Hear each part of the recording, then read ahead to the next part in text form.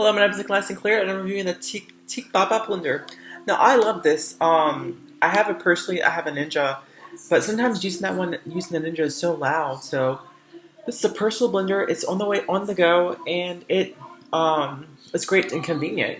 For like a busy lifestyle. The only downside I would say is that it uses a micro USB charger. Other than that, blends really well. Make sure you charge it for 3 hours prior to using, and then you press this twice.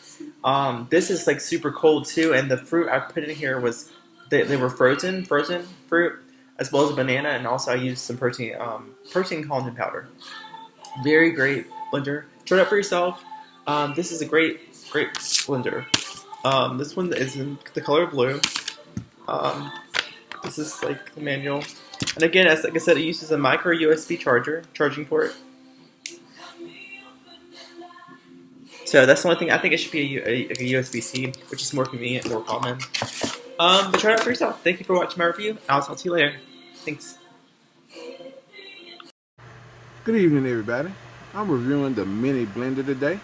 As you can see, I have it right in front of me. It's really nice, and it packs a bigger punch, just like the bigger one, the bigger blender you can get. But it's real nice. I mean, the top looks good on it. Everything looks good. You got the nice little handle where you can carry it around and do what you need to do when you want a nice little smoothie or blended drink at work or whatever. But this is how it works. You tap it twice, and it comes on. It has a rechargeable cord that comes with it, and I'm going to turn that back off real quick here so you can finish a little review. And this right here is the battery charging port on the back. And the only thing I don't like about it is that the bottle up top is glass instead of plastic.